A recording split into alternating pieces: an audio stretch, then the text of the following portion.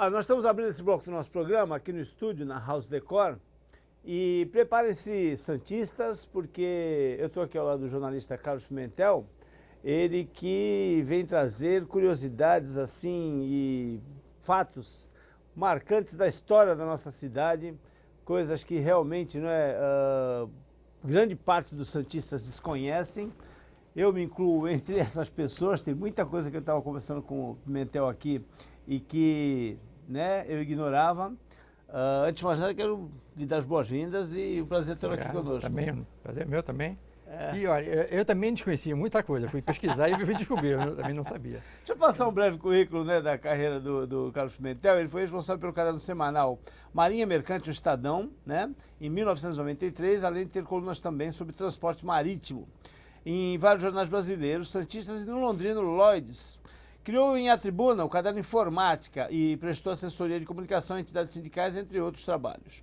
Hoje ele é editor do jornal Macuco News, do grupo Macuco, da construtora Macuco, do meu amigo José Teixeira, assessor de imprensa de Cubatão, da Prefeitura Municipal de Cubatão, idealizador e responsável do site Novo Milênio, que é o motivo principal do nosso convite ao Carlos Pimentel para vir aqui conversar conosco. Esse site, o Novo Milênio, que já é bastante conhecido santista, surgiu em dezembro de 99, para ser mais exato, no dia 29 de dezembro de 1999, para comemorar a chegada de uma nova era, um novo milênio, que na verdade, pelo calendário, só aconteceria um ano depois. A ideia desse novo mundo permanece até hoje como inspiração para o site. Explica isso, essa coisa do novo milênio, para a gente começar já a esclarecer as dúvidas, as curiosidades do telespectador, Carlos. Vamos lá. Em 99, o pessoal resolveu comemorar, com um ano de antecipação no calendário, comemorar a chegada do novo milênio. Todo mundo falando disso no mundo inteiro. Então, eu estava querendo iniciar um site. Exato, se a gente considerava o plano do ano zero, realmente seria o ano seguinte. Mas estava um nome aí feito para quem quisesse usar. Eu aproveitei. Era uma forma de um site iniciante ganhar uma divulgação automática, espontânea e gratuita. Uma visibilidade, né?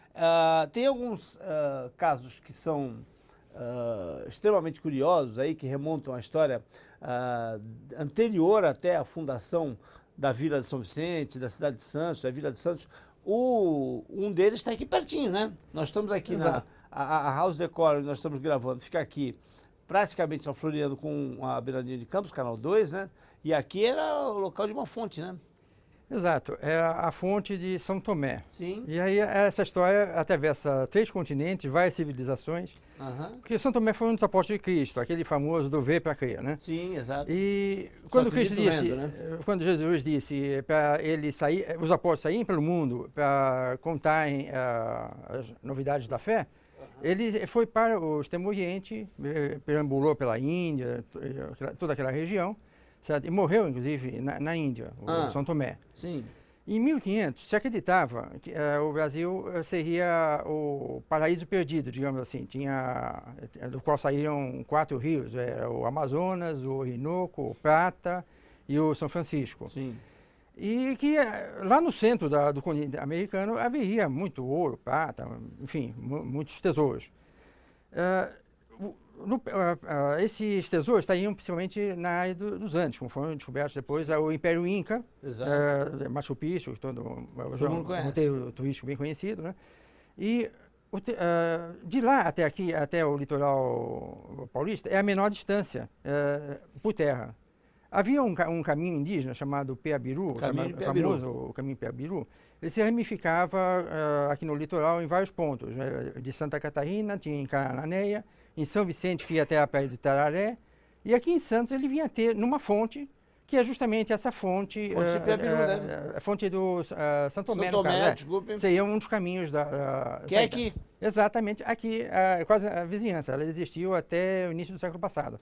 E aí ele recebeu esse nome de fonte de São Tomé por conta de uma lenda, o formato de um pé, né, numa das lajes da fonte. Né? Os indígenas tinham uma crença no Pai Sumé, tem vários nomes muito parecidos com esse, né? De acordo com Sumé que seria São Tomé, né, para os portugueses. A lenda, São Tomé, que seria, no caso, o Pai Sumé, ele desceu dos céus, é um sujeito forte, e quando ele pousou na terra, ele deixou a impressão do pé dele numa rocha, que estaria ao lado dessa fonte. Aqui havia uma espécie, uma elevação, um morrinho, que foi destruído um pouquinho antes da Segunda Guerra Mundial, e havia essa fonte. Então, ali havia uma rocha, uma laje com a impressão dele.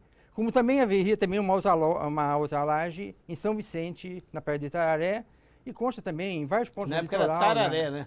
Tararé, exatamente. A forma indígena é essa. E inclusive tem a ver com pedra também a história. E essa fonte, então, ficaria aqui. Daqui sairia dos caminhos do Piabiru. Esse caminho é o seguinte, a lenda indígena conta que por onde o Pai Sumé passava, só crescia uma erva bem fininha, apesar de toda a vegetação exuberante dos lados, só aquilo ali. E por mais que se fizesse, só crescia aquilo lá e, enfim, ficava aquele caminho ali em referência à ilustre divindade que teria passado ali. Por onde ele passava, criava-se essa erva fina e aí foi sendo formado o caminho. Esse é o caminho que vai ter no Paraguai. No Paraguai também tem essa lenda. Mas ele sai daqui, passa pelo estado de São Paulo, Paraná, não é? Depois entra em Paraguai, Peru. E vai até o centro do coração do Império Inca mesmo. Então, tem uma outra história muito interessante, essa é um pouco sombria, né? A respeito ali da bruxa da Pedra da Feiticeira. Olha, a bruxa da Pedra da Feiticeira, né? Já dá medo só de ouvir. Me conta um pouquinho essa história. Acontece o seguinte, em Santos tinha, além da fonte de Tororó, que todos conhecem, e que na verdade é uma outra fontezinha que está meio escondida por trás do muro. Que é a fonte de Duas Pedras? Não, a fonte de Tororó, todo mundo conhece, é a subida do caminho do Sim, Montserrat. Montserrat. O muro que atrás dela é onde fica, do outro lado, a fonte do Tororó verdadeira, que servia àquela empresa Duas Pedras, de águas de Tororó. Hoje é a repartição da prefeitura. Sim. Essa é uma das fontes famosas de Santos. Santos, até o início do século XX, era uma cidade que se resumia mais ou menos ao centro, entre o Valongo e o Paquetá, logo em seguida Vila Nova no início do século XX. Essa região litorânea aqui não era muito bem frequentada. Raramente raras pessoas, exato. E, então, nos termos de cá, quando a gente pensa em direção à Vila Nova, ficava essa fonte das Duas Pedras, que é na Rua Tiro Naval, no sopé do Montserrat, na Rua Tiro Naval, ali perto de onde fica o Corpo de Bombeiros e a Câmara. Sim. Certo? Então, essa fonte, eu sinto que poderia ser um bom destino turístico se fosse mais aproveitado, né? Perto dela tinha as Duas Pedras, que dá o nome dessa fonte, e a chamada Pedra da Feiticeira. A feiticeira é uma senhora muito feia, já de 70 anos de idade, mendiga, que morava ali, certo? E ninguém conhecia a história dela, e tinha medo de chegar dela. E parece que ela tinha hábitos também muito curiosos, só sair de madrugada, talvez até por conta dessa rejeição. Sim, também. Mas criou-se uma lenda em torno dessa mulher, né? Exato, e ninguém sabia de onde ela era e tudo mais, então havia essa história. Em 1850, mais ou menos, aconteceu o seguinte, tinha um senhor Antonino, que era uma figura generosa. Abastado. Abastado, sim. E ele estava doente, estava já às portas da morte. E tinha uma senhora que também cuidava dele e também, meio secretamente, ajudava essa feiticeira, no caso, que é a dona Angelina. E quando ele estava para morrer, essa dona Angelina chamou, secretamente, mandou chamar a feiticeira para ir falar com ele. Essa bruxa que perambulava pela madrugada, né? Exato. E essa feiticeira, então, na hora, foi revelado que era a mãe desse senhor. Ele nunca soube que tinha nascido. E pelo que consta, ele, por ser generoso, dava esmola para todos, inclusive para ela, né? Até para ela, sem saber. Sem saber que era a própria mãe, né? Exato. É uma história logo depois que ele morreu, ela se enforcou também numa árvore ali perto também. São lendas urbanas, né? Que muitas vezes trazem aí um reforço para a área turística da cidade, e Santos tem muito disso, né? E não aproveita, né, Pimentel? É isso que eu batalho bastante. Eu gostaria que fosse mais aproveitado, porque o turista, quando vai a um lugar, ele não quer ver um prédio comum que já tem na cidade dele, ele quer histórias para chegar lá e contar, porque aí ele se torna interessante até para as pessoas com quem ele está conversando e tudo mais. Então, Santos poderia aproveitar mais essas histórias para contar aos turistas e, logicamente, isso rende todo um comércio, enfim. A economia desenvolve. Gera, né, um fomento turístico aí muito grande. Tem alguma outra lenda urbana interessante que você lembre agora, né, que você acabou pesquisando, descobrindo essa tua jornada no Novo Milênio? Não, tem muita coisa que às vezes até para lembrar a gente de pronto, mas tem muita coisa também que é história e vira lenda. E aí, quando eu penso, eu estou aqui com a televisão, eu penso que a televisão ela praticamente começou em Santos. Não só com os equipamentos que chegaram no Porto, mas que a primeira emissora de televisão fora de uma capital brasileira foi em Santos. Emissora, eu estou falando. TV Santos, que foi parceria com a organizações Vitor Costa, com a Rádio Clube de Santos. Sim. Funcionou, foi inaugurada oficialmente com o prefeito, o bispo e tudo mais em 1957, em 15 de novembro de 57, para ser exato. 7 anos depois do advento da TV aqui ao Brasil. Com equipamentos fabricados aqui em Santos mesmo, por gente que não entendia do assunto, pessoal ligado ao café. Enquanto que a história do artista Chateaubriand, uma das câmeras, por algum motivo não funcionou, importada e tal, aqui funcionou de primeira. Funcionou, E foi uma escola de muitos artistas, muita gente famosa que passou por aqui, que a Hebe Camargo era uma, a Oriette, programa de cozinha, dos primeiros programas de cozinha foi aqui que surgiu. É a TV Santos. Quais são as tuas fontes de informação para que você possa obter essas pesquisas e até que ponto você consegue, de que forma você consegue constatar, averiguar a veracidade dessas informações ou não? Santos tem um acervo de documentos que te dá um suporte interessante para relatar essas histórias? Olha, é curioso que quando eu comecei eu pensei que não tinha, porque o máximo que eu poderia esperar, no caso, de escrever sobre a história de Santos seria talvez mais 10 páginas. Eu já estou com mais de 10 mil páginas de internet, que dá mais de 100 mil páginas se forem impressas. Então a gente procura jornais, livros, não só daqui de Santos, como também a gente vai procurar em São Paulo e em outros fontes. Inclusive, até na Austrália já fui buscar informação. E hoje também com a visibilidade que o Novo Milênio tem, né, as pessoas começam também a te procurar. Sim, pessoas que têm, de repente, documentos em casa, que são, né, de antigos familiares e tal, para contribuir com essa pesquisa, com essa forma de elucidação aí, remontando a história da nossa cidade, que é uma cidade das mais antigas do Brasil, né? Sim. São Vicente é a mais antiga, Santos não está muito longe disso. Logo depois. A gente sabe que esse ano, né, esse próximo ano, a Grande Rio vai homenagear a cidade de Santos, vai falar sobre grandes acontecimentos da nossa cidade, no esporte, na política, enfim. Você tem um acervo ali também maravilhoso para contribuir com isso, né? E quem sabe esse seja um divisor de águas, principalmente se a Grande Rio, e nós estamos torcendo por isso, né, conquistar o campeonato, poderá ser o divisor de águas para que o santista e para que o país dê mais atenção a essa riqueza que nós temos, né, na história e que possamos dividi-la com os turistas, com a própria população, de uma forma mais ampla, né, Pimentel?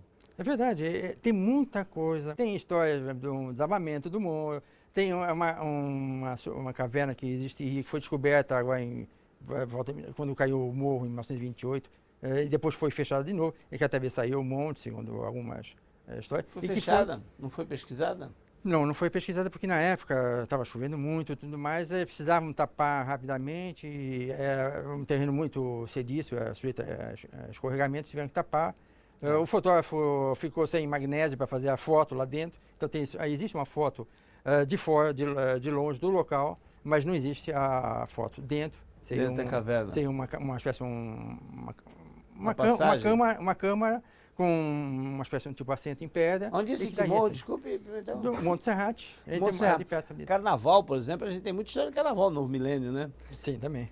A tradição do carnaval santista tem ali vários nomes e várias passagens que demonstram que Santos sempre foi uma cidade muito respeitada no quesito carnaval e samba, né? Foi o segundo melhor carnaval do estado. Foi o segundo melhor até carnaval. 1980, mais ou menos nessa época. Depois que é um passado recente, né? Dona Doroteia também, que era exclusiva. Dona Doroteia, vamos furar naquela onda. Eu lembro desse...